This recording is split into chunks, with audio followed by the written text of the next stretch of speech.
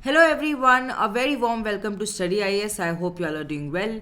स्वागत है आपका द हिंदू न्यूज़पेपर एनालिसिस में। आज है संडे का दिन, आज है 17 जुलाई और आज हमें बहुत सारे इंटरेस्टिंग आर्टिकल्स देखने को मिले। स्टार्ट करते हैं अपने आज के द हिंदू को, पर उससे पहले आपके लिए एक बहुत इंपॉर्टेंट बात। थोड़ा डूबूंगा मगर मैं फिर तैर जाऊंगा, इस जिंदगी तू देख मैं फिर जीत जाऊंगा। तो ज़िंदगी में परेशानियां आती रहती है, चैलेंजेस आते रहते हैं, पर चैलेंजेस से डर के बैठ जाना, हताश हो जाना is not a solution. Life में आगे बढ़ना ज़्यादा इम्पॉर्टेंट है, जीत की तरफ जाना ज़्यादा इम्पॉर्टेंट है, सक्सेस को हासिल करना ज़्यादा इम्पॉर्टेंट है। तो अगर चैलेंजेस आपके सामने आते हैं, कोई परेशानी आती है, कोई स्ट्रगल आता है, तो उससे डरिए मत, उसको फेस करिए एंड आगे बढ़िए। पेज नंबर 1 पर हमें आर्टिकल देखने को मिले, ऑल्सो पेज नंबर 2 पर भी आर्टिकल देखने को मिला। एंड देखिए, ये एग्जाम पॉइंट ऑफ व्यू से ऐसा कुछ इंपॉर्टेंट नहीं है, पर हमें पता होना चाहिए कि देश में चल क्या रहा है। तो प्रधानमंत्री मोदी जी ने सैटरडे को बेसिकली रेवरी कल्चर के बारे में बोला। ठीक है, he was speaking in inauguration of Bundelkhand express way. And उन्होंने वहाँ पर बोला कि ये जो रेवरी कल्चर है, ये देश को डार्कनेस की तरफ लेकर जा रहा है। एंड यहाँ पर क्या है कि जो कुछ सरकार हैं वो क्या कोशिश कर रही है कि लोगों के वोट्स को सिक्योर कर सके, उनको फ्रीबीज देकर। फ्रीबीज का मतलब ये है कि मुफ्त की चीज़ें देकर। एंड यहाँ पर ये कह रहे हैं कि देखो, कुछ सरकारें ऐसी हैं, मतलब इन्होंने जो प्रेजेंट बीजेपी सरकार है, ठीक है, जो उनकी सरकार है, उसके बारे में बोला कि हम डबल इंजन गवर्नमेंट की तरह वर्क कर रहे हैं। कि हम क्या कर रहे हैं, हम न्यू एक्सप्रेस वे फॉर्म कर रहे हैं, रेल रूट्स बनाने की कोशिश कर रहे हैं, डेवलपमेंट को हासिल कर रहे हैं। तो ये चीज़ मोदी जी ने बोली। इसी के अगेंस्ट पे जो दिल्ली के चीफ मिनिस्टर हैं अरविंद केजरीवाल जी, उन्होंने बोला कि जो स्कीम्स हैं for free education, health care या इलेक्ट्रिसिटी, ये फ्रीबीज के अंदर नहीं आती हैं या मुफ्त की चीज़ें नहीं हैं, बल्कि ये एक एफर्ट्स है जिनके थ्रू हम एक बेटर इंडिया बनाने की बात कर रहे हैं, लोगों को और भी ज़्यादा इंक्लूसिव डेवलपमेंट की तरफ ले जाने की बात कर रहे हैं। इन्होंने बोला कि ये जो फ्री की रेवरी है, ये जब होता है जब हम क्या कर रहे हैं, लोगों के लोन्स माफ़ कर रहे हैं बड़े बड़े। एंड जब इलेक्शन पास होता है तो हम देखते हैं जैसे बहुत सारे स्टेट्स हो गए, जैसे यूपी के अंदर हमें मेजरली देखने को मिलता है कि जैसे फार्मर्स के, जैसे ट्रैक्टर के ऊपर लोन्स होते हैं, ठीक है, उनको माफ़ कर दिया जाता है। तो ये कह रहे हैं कि इन्हें बोला जाता है फ्रीबीज, ना कि अगर हम लोगों को अफोर्डेबल एजुकेशन प्रोवाइड कर रहे हैं, अफोर्डेबल हेल्थ केयर प्रोवाइड कर रहे हैं, उसको बोला जाता है। इन्होंने बोला है कि Delhi is only city across the globe where a population of over 2 crore gets free treatment. ठीक है, हमारा जो दिल्ली है वो सिर्फ इकलौती ऐसी स्टेट सिटी है जहाँ पर एक फ्री ट्रीटमेंट प्रोवाइड करा जा रहा है। एंड जो सीनियर सिटीज़न है उनको तीर्थ यात्रा के लिए कहीं ना कहीं अफोर्डेबल उनको लिए बनाया जा रहा है। ठीक है, तो हम क्या कर रहे हैं, हम उनको बेटर फैसिलिटीज़ प्रोवाइड करने की कोशिश कर रहे हैं, वेलफेयर स्कीम्स के ऊपर हम ज़्यादा ध्यान दे रहे हैं। तो these doesn't come under the freebies.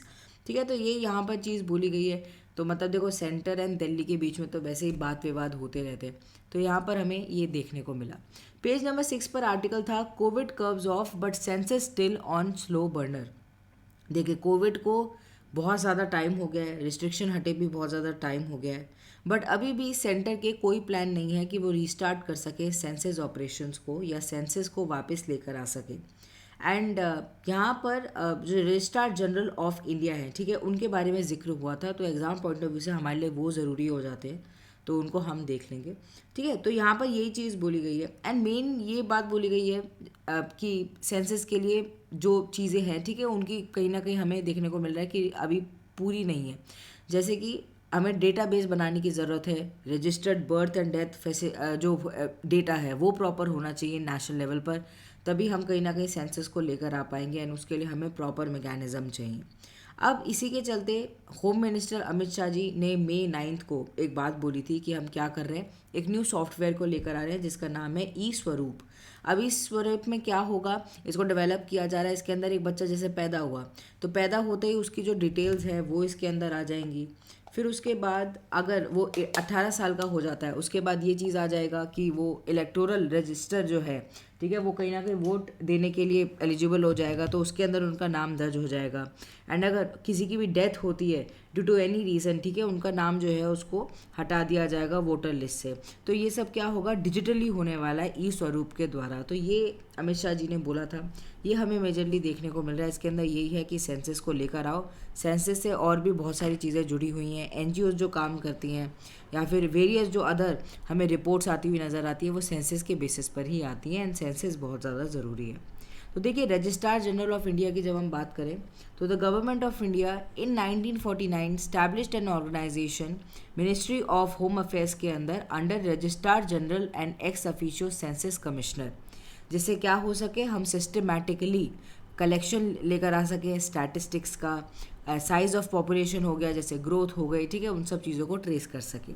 Letter ये जो ऑफिस है it was also interested with the responsibility कि वो क्या करे, इम्प्लीमेंट करे registration of birth and death act 1969 को, यानी कि बर्थ एंड डेथ रिलेटेड भी जो इन्फॉर्मेशन है वो भी कहीं ना कहीं ये लेकर आए, इम्प्लीमेंट करे इसको।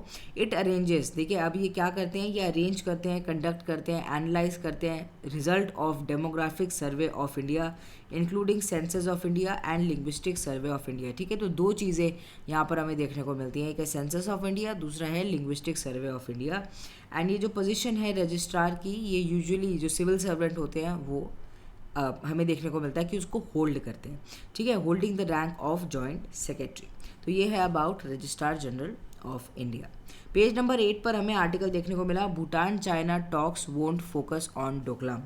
देखिए यहाँ पर क्या बोला गया है कि भूटान का हमें कहीं ना कहीं एक थिंकिंग चेंज होता हुआ नज़र आ रहा है। भूटान के फॉरेन मिनिस्टर से जब बात हुई तो उन्होंने बहुत सारी बातों को अनवील किया।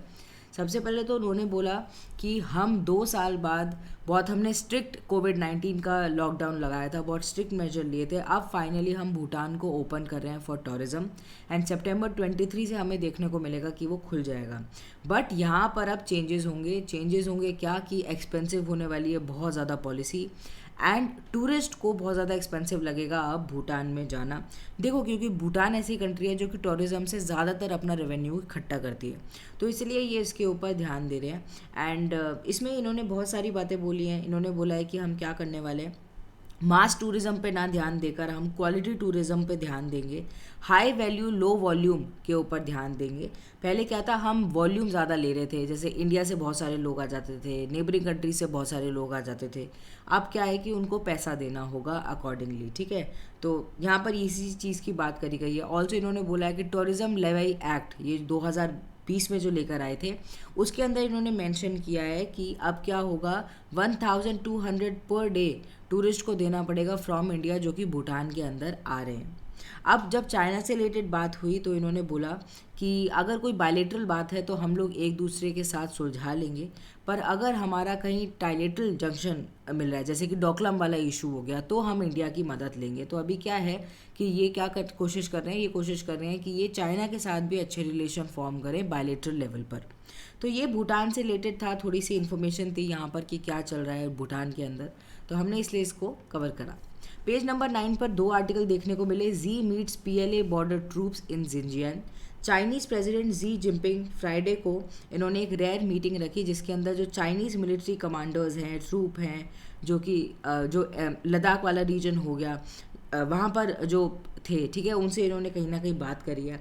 एंड इन्होंने अफर्म किया है कि उन्होंने बहुत अच्छा कंट्रीब्यूशन दिया है जिनजियांग एरिया को और भी ज़्यादा स्ट्रेंथन बनाने में, बॉर्डर का ख्याल रखने में, डिफेंस का ख्याल रखने में, ठीक है। तो जिनजियांग रीजन से रिलेटेड हमें ये देखने को मिला है। एंड अभी क्या है 16th राउंड ऑफ टॉक आज होने वाला है between the military commanders from India's 14th corps and PLA south Xinjiang military district, ठीक है। एंड यहाँ पर बहुत सारी बातें होंगी, बहुत सारे राउंड्स में हमें चीज़ें देखने को मिलेगी, वो हम कल के आर्टिकल में कवर कर लेंगे क्योंकि आएगा ही कि क्या क्या बात हुई है क्या नहीं हुआ है। पर यहाँ पर अभी तक हमें ये जो है मेन चीज़ देखने को मिली है। इसी के साइड में एक आर्टिकल है श्रीलंका से रिलेटेड। आज हमने श्रीलंका से रिलेटेड कोई भी बात नहीं करी ऐसी, क्योंकि देखो एवरी डे श्रीलंका के बारे में आ ही रहा है। हमने इकोनॉमिक क्राइसिस भी उनका कई बारी कवर कर लिया है, उनका हमें पता है कि पॉलिटिकल क्राइसिस भी इकोनॉमिक क्राइसिस से इवॉल्व हो गया है। एंड अभी क्या है, जो गोटाबाया जी थे वो देश से कहीं ना कहीं बाहर चले गए थे एंड उन्होंने बाहर से ही एक स्टेटमेंट बोली है कि मैंने फुल कैपेसिटी के अंदर काम किया है एज प्रेसिडेंट एंड मैंने कोशिश करी है कि मैं कोविड-19 को अच्छे से कहीं ना कहीं उसके जो रेपरकेशंस हैं, जो इफ़ेक्ट्स हैं, वो श्रीलंका के ऊपर ना आने दूँ। दो हमारी कंडीशन पहले ही ख़राब थी, हमारी कंडीशन इकोनॉमिकली वीक थी, तो ये अपने आप को डिफेंड करते हुए नज़र आ रहे हैं। पर श्रीलंका के अंदर हमें पता है कि इस समय सिचुएशन अलग चल रही है। लोग कहीं ना कहीं बहुत ज़्यादा नाराज़ हैं सरकार से, वो चाहते हैं कि न्यू रिप्रेजेंटेटिव, न्यू लीडर आए, इलेक्शंस होए एंड उनको फिर से कहीं ना कहीं अपना जो देश है वो पटरी पर आता हुआ नज़र आए। जो कमोडिटीज़ हैं वो नॉर्मल हो जाए, इन्फ्लेशन कम हो जाए एंड फिर से उनका जो टूरिज़्म है वो बूस्ट हो जाए। ठीक है, तो यही इसके बारे में था, श्रीलंका के बारे में था। पेज नंबर 9 पर आर्टिकल आया, Biden says US will not walk away from West Asia. President Joe Biden ने यहाँ पर कहा है, ठीक है, he was in a summit of Arab leaders and वहाँ पर इन्होंने कहा है कि he will not move away from the West Asia and West Asia as he tries to ensure stability in a volatile part of the world and boost global flow of oil to reserve the rising gas prices. ठीक है, तो यहाँ पर क्या है, Biden जी ये बोलने की कोशिश कर रहे हैं कि वेस्ट एशिया के साथ हमारे जो संबंध है हम उनको और भी ज़्यादा बेटर बनाएंगे and he won't leave vacuum to be filled by China, Russia या ईरान, कि कोई और कंट्री आके इनका जो वैक्यूम है उसको ले ले, ठीक है, उनकी जगह को ले ले, वो ये नहीं होने देंगे। एंड ये क्या करेंगे, ये खुद से मदद करेंगे वेस्ट एशिया को, जैसे ऑयल हो गया, ठीक है, उसके रिगार्डिंग कहीं ना कहीं उसका जो फ्लो है उसको मेंटेन रखने की कोशिश करेंगे। अब इस आर्टिकल के अंदर गल्फ कॉरपोरेशन काउंसिल के बारे में डिस्कशन में लिया गया था, तो इसलिए हमारे लिए इम्पॉर्टेंट हो जाता है एग्ज़ाम पॉइंट ऑफ व्यू से। इतना ये आर्टिकल इम्पॉर्टेंट नहीं है जितना हमारे लिए गल्फ कॉरपोरेशन काउंसिल इम्पॉर्टेंट है।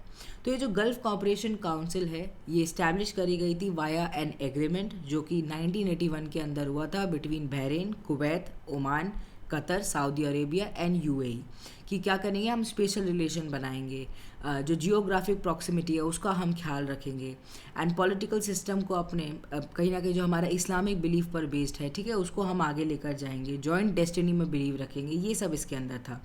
एंड इसकी अगर हम स्ट्रक्चर की बात करें तो it consist of a supreme court जो कि हाईएस्ट अथॉरिटी है, द मिनिस्टेरियल काउंसिल है, फिर उसके बाद सेक्रेटेरिएट जनरल है एंड इनका सेक्रेटेरिएट है रियाद, सऊदी अरेबिया के अंदर and it is political, economic, social and regional organization and ये हर लेवल पर जो है डेवलपमेंट्स को देखती है।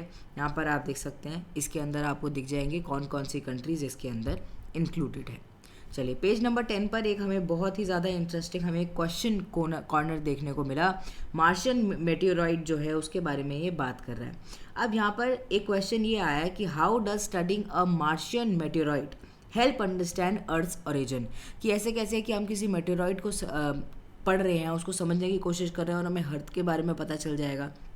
तो यहाँ पर यही चीज़ बोली गई है कि ये कैसे पता चल जाएगा। जैसे पहले भी हमने बहुत सारे मिशन हम लेकर आए, जैसे नासा का ऑसिरिक्स हो गया, ठीक है, ये क्या था, ये मिशन 2018 में आया, बेनू ऑस्ट्राइड जो है, ठीक है, उसके ऊपर इसने कहीं ना कहीं स्टडी करी एंड वहाँ से सैंपल लेकर आया एंड उसके फिर फर्दर स्टडी किया गया एंड बहुत सारी नई नई बातें बताई गई। ठीक है, ऐसे ही क्या है, ये जो मार्शियन मेटेओराइड है इसके थ्रू हम अर्थ के ओरिजिन को समझ पाएंगे एंड अर्थ का जो टेक्टोनिक जो भी जो सिस्टम हुआ है वो समझ पाएंगे और जो हम ये समझ पाएंगे क्यों अर्थ के ऊपर जो लाइफ है वो पॉसिबल है एंड मार्स के ऊपर नहीं है despite having so much similarity. ठीक है, तो यहाँ पर यही चीज़ बोली गई है। अब देखो हमारे लिए एग्जाम पॉइंट ऑफ व्यू से इंपॉर्टेंट है मेटेओराइड। अब जब हम मेटेओराइड हो गया, मेटेओर हो गया या मेटेओराइड हो गया, ठीक है, ये तीनों ही नाम डिफरेंट है। ऐसे डिफरेंट नहीं है कि ये कुछ शेप में डिफरेंट है या कुछ अलग से मटेरियल से बने हुए हैं, ये डिफरेंट है ऑन द बेसिस ऑफ कि ये कहाँ पर एसोसिएटेड है। जब हम मेटेओरॉइड्स की बात करते हैं वो ऐसे ऑब्जेक्ट है स्पेस के अंदर जो कि किसी भी साइज़ के हो सकते हैं, डस्ट ग्रेन के साइज़ यानी छोटे से छोटे, बड़े से बड़े, ठीक है, हमें देखने को मिल सकते हैं एंड स्पेस रॉक्स की तरह आप इनको समझ सकते हैं, ऐसा नासा ने बोला है। अब देखिए जब हम मेटेओरॉइड्स की बात करते हैं एंड वो अर्थ के एटमॉस्फेयर के अंदर एंटर करते हैं तो उनको हम कहते हैं मेटेओर। आपने देखा भी होगा मेटेओर शावर जिसको कहते हैं, ठीक है, ऐसा लगता है जैसे आग सी निकल रही है, तो that is called as meteors. But अगर वो जो मेटेओरॉइड हैं वो एंटर करते हैं अर्थ के एटमॉस्फेयर को एंड वो हिट कर देते हैं ग्राउंड को, यानी ज़मीन तक आ जाते हैं, हमें देखने को मिलता है कि यहाँ पर कोई मेटेओरॉइड हिट कर गया, यहाँ पर हिट कर गया, तो उसको हम उसके बाद मेटेओराइट कहते हैं। ठीक है, तो यहाँ पर क्या है, मेटेओराइट जो मार्शियन मेटेओराइट है उसको हम कहीं ना कहीं ऑब्जर्व करने वाले हैं एंड देखने वाले हैं कि अर्थ ने अपनी जो एग्जिस्टेंस है उसको कैसे हासिल किया। अब देखिए यहाँ पर क्या होगा, यहाँ पर हमें बहुत सारी चीज़ें पता चलेंगी, सोलर सिस्टम से रिगार्डिंग भी हमें बहुत सारी बातें पता चल सकती हैं, अर्थ से रिलेटेड भी हमें बहुत सारी बातें पता चलेंगी, ठीक है, मार्स से रिलेटेड भी हमें बहुत सारी बातें पता चल सकती हैं।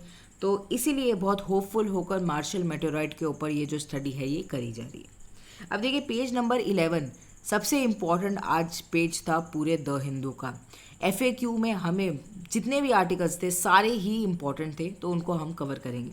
सबसे पहले आया where is population growth taking place, देखिए, वर्ल्ड पॉपुलेशन डे हमें जुलाई 11 को देखने को मिला। And United Nation department of economic and social affairs का उनका जो पॉपुलेशन डिवीजन है, उन्होंने रिलीज़ किया वर्ल्ड पॉपुलेशन प्रोस्पेक्ट 2022। उसके अंदर इन्होंने लाइकली जो ट्रेंड्स हमें देखने को मिल सकते हैं ग्लोबल पॉपुलेशन के, वो सारी बातों के बारे में इन्होंने बताया। इसके अंदर इन्होंने बोला है कि जो ग्लोबल पॉपुलेशन है 7.9 बिलियन से हमें देखने को मिल सकता है कि वो 8 बिलियन हो जाएगी नवंबर 15 2022 के अंदर। एंड इन्होंने ये भी चीज़ बोली कि इंडिया एक्सपेक्ट किया जा सकता है कि वो सरपास कर दे चाइना को and world's most populous country बन जाए 2023 के अंदर। इसी के रिगार्डिंग हमें देखने को मिला ये पूरा आर्टिकल। ठीक है, इस आर्टिकल में बहुत सारी बातें बोली गई हैं। यहाँ पर बोला गया कि मोर देन हाफ जो हमें इंक्रीज़ देखने को मिल रहा है पॉपुलेशन का, वो हमें 2050 के अराउंड देखने को मिलेगा। ज़्यादातर कंसनट्रेटेड कहाँ पर है? 8 कंट्रीज़ के अंदर है, जो कि हो गई जैसे कॉन्गो हो गया, Egypt, Ethiopia, India, Nigeria, Pakistan, Philippines, Tanzania. ये जो कंट्रीज़ हैं, यहाँ पर हमें मेजर एक जो डेवलपमेंट है वो देखने को मिलेगी, बढ़ेगी पॉपुलेशन बहुत ज़्यादा। उसके बाद जो लीस्ट डेवलप कंट्रीज़ होती हैं 46, ठीक है, वो भी कहीं ना कहीं फास्टेस्ट ग्रोइंग हमें देखने को मिल रही हैं। तो यहाँ पर यही सारी चीज़ें थी। अब देखो, पॉपुलेशन बढ़ना अच्छा भी हो सकता है, बुरा भी हो सकता है। अगर आप उस पॉपुलेशन को प्रॉपर फैसिलिटीज़ दे पा रहे हो, आप जो सस्टेनेबल डेवलपमेंट गोल्स हैं उनको हासिल कर पा रहे हो, मैक्सिमम कैपेसिटी से वर्क कर रहे हो, तो कोई प्रॉब्लम नहीं है। पर जैसे जैसे जब पॉपुलेशन बढ़ती है, उसके रिगार्डिंग इकोनॉमिक कॉस्ट भी कहीं ना कहीं बढ़ती है, तो इस चीज़ को कहीं ना कहीं थोड़ा सा प्रॉब्लमेटिक लिया जा सकता है। अब देखिए, यहाँ पर ये बोला गया कि ग्लोबल लाइफ एक्सपेक्टेंसी जो है वो हमें कोविड-19 के थ्रू क्या देखने को मिली, थोड़ी सी बिगड़ गई। इट फेल, ठीक है, नीचे चली गई वो 71 years in 2021, down from 72.8 years in 2019। And ये किसकी वजह से हुआ? ये बेसिकली पैंडमिक की वजह से हुआ। अब ऐसा नहीं है कि हर जगह सेम था। जैसे अगर हम central and south Asia, Latin America, Caribbean जो नेशंस हो गए, ठीक है, उनकी अगर हम बात करें, उनका जो लाइफ एक्सपेक्टेंसी है वो रिड्यूस हुआ है बाय 3 ईयर्स बिटवीन 2019 एंड 2021। पर अगर हम अदर कंट्रीज़ की देखें, जैसे कि ऑस्ट्रेलिया हो गया, न्यूजीलैंड हो गया, उन्होंने गेन किया है 1.2 ईयर्स। क्यों? क्योंकि वहाँ पर हमें लो मॉर्टेलिटी रिस्क देखने को मिला ड्यूरिंग दी पैंडमिक। ठीक है, तो यहाँ पर ज्योग्राफिकली डिफरेंस हमें देखने को मिला है। हर जगह पैंडमिक का जो इफ़ेक्ट था वो डिफरेंट हुआ। हर जगह पॉपुलेशन की लाइफ एक्सपेक्टेंसी पे भी हमें डिफरेंट चीज़ें देखने को मिली हैं। यहाँ पर ये बोला गया कि जो टोटल फर्टिलिटी रेट है, इट हैड हिट 2.0 और below the replacement rate of 2.1। ठीक है, इंडियाज़ पॉपुलेशन जो है वो भी मानी जा रही है कि प्रिडिक्ट करी जा रही है कि it will grow from current 1.4 billion people to 1.67 billion in 2050। And हमें जो इंक्रीज़ है वो देखने को मिलेगा। अब देखिए, ये क्या है, इन्होंने ये चीज़ बोली है कि जो डिक्लाइन है इंडिया की पॉपुलेशन में is in the line with what is being observed in developed countries and is expected to translate into improved living standard per capita and greater gender equity. अब देखिए, ये जो हमें थोड़ा बहुत जो डिक्लाइन देखने को मिला है, ये इस वजह से देखने को मिला है कि हम जो डेवलप्ड कंट्रीज़ हैं कहीं ना कहीं उनके साथ सिंक कर दिए हैं। हम लिविंग स्टैंडर्ड पर कैपिटा को कहीं ना कहीं इम्प्रूव कर रहे हैं। ठीक है, ऑल्सो इम्प्रूव करेंगे आगे। एंड ग्रेटर जेंडर इक्विटी के बारे में हम सोच रहे हैं, ये चीज़ यहाँ पर बोली गई। फिर यहाँ पर बोला कि जो लेबर फोर्स है, पार्टिसिपेशन ऑफ वुमेन, हमें देखने को मिला है कि वो श्रंक हुआ है, वो कम हुआ है। अब वो कम हो गया है एंड हमें क्या देखने को मिला है कि फर्टिलिटी भी कहीं ना कहीं कम हुई है। उसकी वजह से क्या होगा, बेटर जॉब्स के लिए जो लोग हैं वो डिमांड आगे रखेंगे एंड हमें जो इकनॉमी है वो ट्रांजिशनिंग फेज़ में देखने को मिलेगी।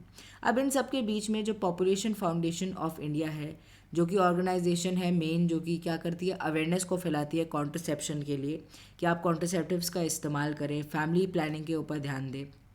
उन्होंने भी ये चीज़ बोली है। ऑल्सो जो national family health survey recently हमने कवर किया था, उसके अंदर भी ये चीज़ बोली गई है कि फैमिली प्लानिंग मेथड्स को लाना बहुत ज़्यादा ज़रूरी है। अभी क्या है, जो वुमेन जो कि एम्प्लॉयड हैं अराउंड 66.3%, वो मॉडर्न कॉन्ट्रसेप्टिव्स के बारे में जानती हैं, उनका इस्तेमाल करती हैं। पर जो रूरल एरियाज़ में हो गए उनको ज़्यादातर नहीं पता होता है, तो वहाँ तक भी हमें अवेयरनेस फैलाने की ज़रूरत है। तो ये एक आर्टिकल था, इसके अंदर बहुत सारी बातें बताई गई, बताया गया कि आगे फ्यूचर में हमें कैसे पॉपुलेशन ग्रोथ देखने को मिल सकती है।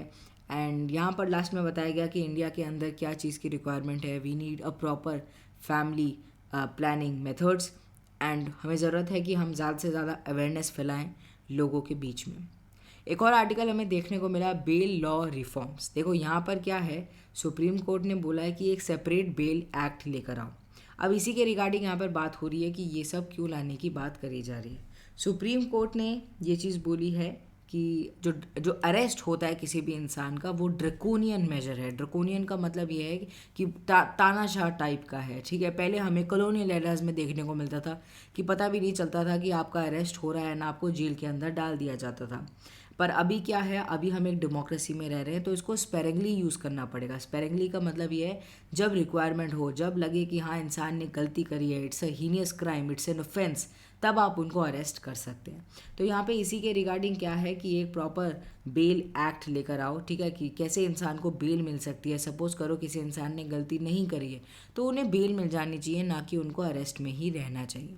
एंड ये क्या होगा, इससे हम article 21 of the people secure कर पाएंगे, जो कि है उनका right to life and personal liberty, ठीक है। तो ये मेजरली यहाँ पर बेल लॉ रिफॉर्म के बारे में बोला गया है।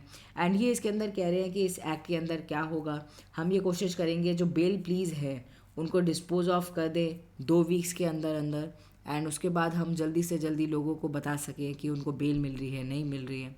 एंड एंटिसिपेटरी बेल की जब हम बात करते हैं तो it has to be decided within 6 weeks, ठीक है। तो क्योंकि यहाँ पे प्रेसिडेंट्स का कहीं ना कहीं एक रिलेशन होता है, इसलिए। अब यहाँ पर और भी बहुत सारी चीज़ें बोली गई है। एंड लास्ट में एक कंपैरिजन करा गया। जब हम यूनाइटेड किंगडम की बात करते हैं तो वहाँ पर क्या है, बेल एक्ट ऑफ 1976 चलता है, जो कि गवर्न करता है प्रोसीजर को कि कैसे हम क्या कर सकते हैं, बेल को ग्रांट कर सकते हैं या डिनाई कर सकते हैं लोगों की। अब यहाँ पर बोला गया है, सबसे पहले मेन चीज़ तो ये है कि बेल क्या है, एक जनरल राइट है जो कि हर इंसान के पास है। एंड इससे क्या होता है, हम रिड्यूस कर पाते हैं नंबर ऑफ़ इनमेट्स को and clogging of the jails को बचा पाते हैं। ऐसा नहीं कि लोगों को बस अरेस्ट कर लिया, पूछा भी नहीं उनकी गलती है कि नहीं, उसको इंटेरोगेट भी नहीं करा, हमने देखा भी नहीं, एंड उसके बाद क्या हो गया, जेल्स में बहुत ज़्यादा लोग चले गए। अब देखो हमारे देश में ही हमने बात करी, ऑक्यूपेंसी रेट बहुत ज़्यादा है।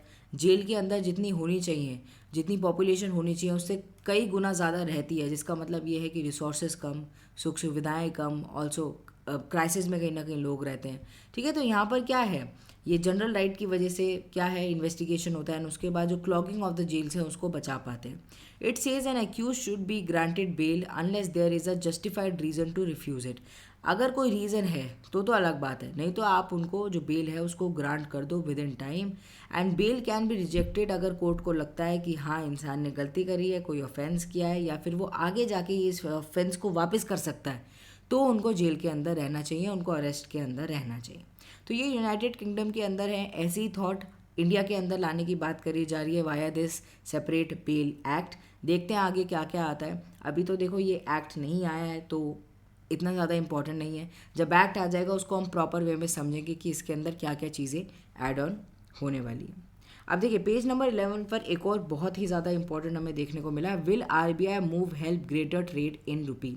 देखिए आरबीआई ने क्या किया है, एक सर्कुलर वो लेकर आए कि एडिशनल अरेंजमेंट के बेसिस पर क्या होगा, अब चीज़ों को देखा जाएगा ट्रेड रिलेटेड। अब क्या होगा, जैसे इन्वॉइसिंग हो गई, पेमेंट हो गया, या सेटलमेंट हो गया एक्सपोर्ट इम्पोर्ट से रिलेटेड, वो इंडियन रुपीज़ में करा जाएगा, ठीक है। जो ट्रेड बिल होंगे वो बेसिकली इंडियन रुपीज़ में सेटल करे जाएंगे।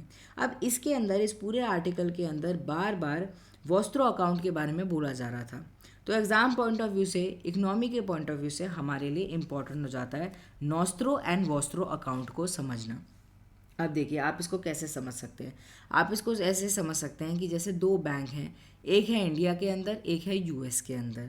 अब जैसे देखो इंडिया के अंदर है बैंक एक्स एंड यूएस के अंदर है बैंक वाई, ठीक है। अब ये एक इंसान है, ये है ए एंड यहाँ पर है बी, ठीक है। बी कहाँ पे रह रहे हैं, बी रह रहे हैं यूएसए के अंदर, ए रह रहे हैं इंडिया के अंदर।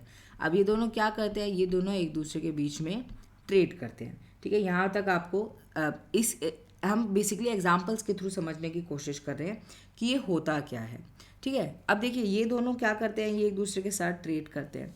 अब ट्रेड कैसे हो सकता है, बेसिकली या तो ए जो है उसका एक अकाउंट हो इस बैंक वाई के अंदर, तो क्या हो सकता है कि बी जो है वो बाद में जो पैसा है उसको दे सकता है, ठीक है। एंड जो सेटलमेंट है वो हो सकती है, पेमेंट बिल एक तरीके से हो सकता है।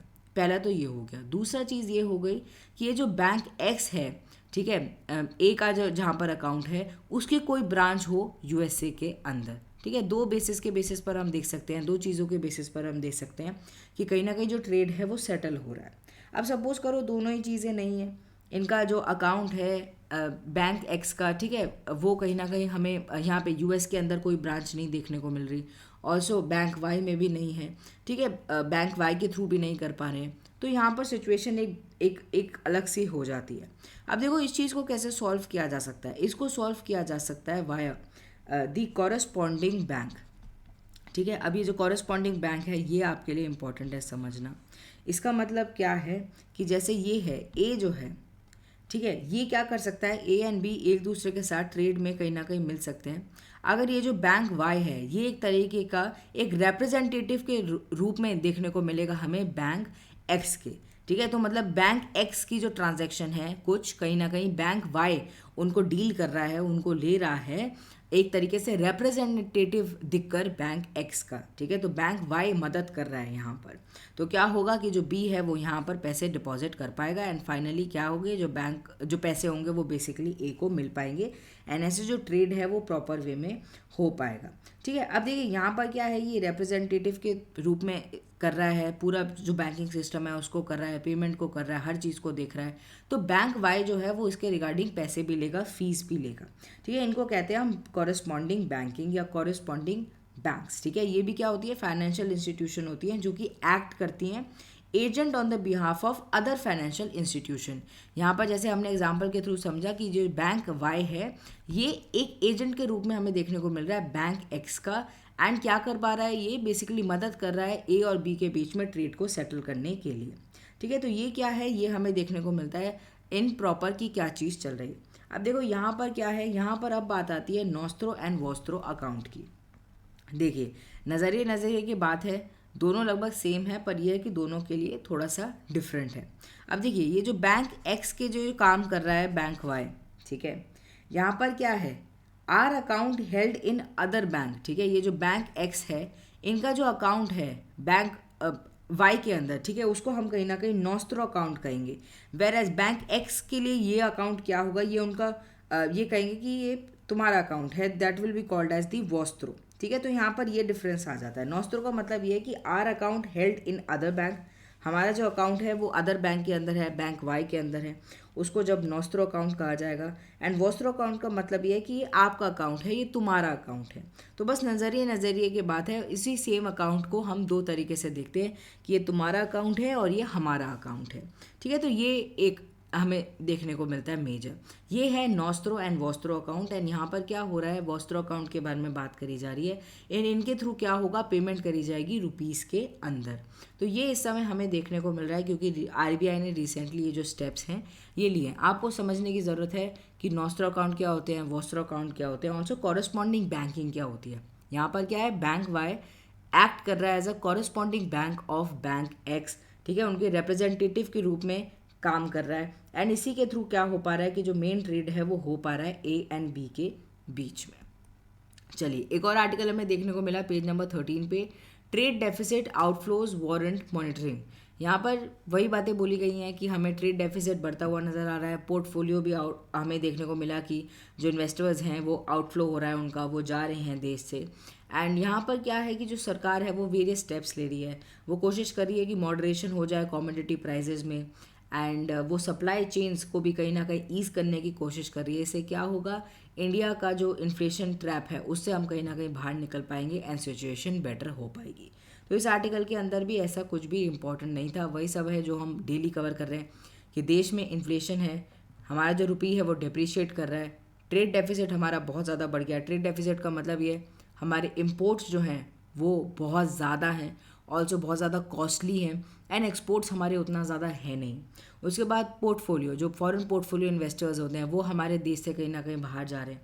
तो ये हमें सिचुएशन देखने को मिल रही है एंड इसी के थ्रू आगे निकलने के लिए जो सरकार है वो बड़े बड़े स्टेप्स ले रही है एंड ऑल्सो जो आरबीआई है वो बड़े बड़े स्टेप्स ले रही है जिससे हम हमारी जो इकोनॉमी है उसको बेटर कंडीशन में ला सकें। So this was all for this video, I really hope you like it. आज के दो हिंदू न्यूज़पेपर में बहुत ज़्यादा डाइवर्स हमें न्यूज़ देखने को मिली। ऐसे ही आप हमारे साथ न्यूज़ को कवर करते रहिए। मिलते हैं कल, बाय बाय, टेक केयर।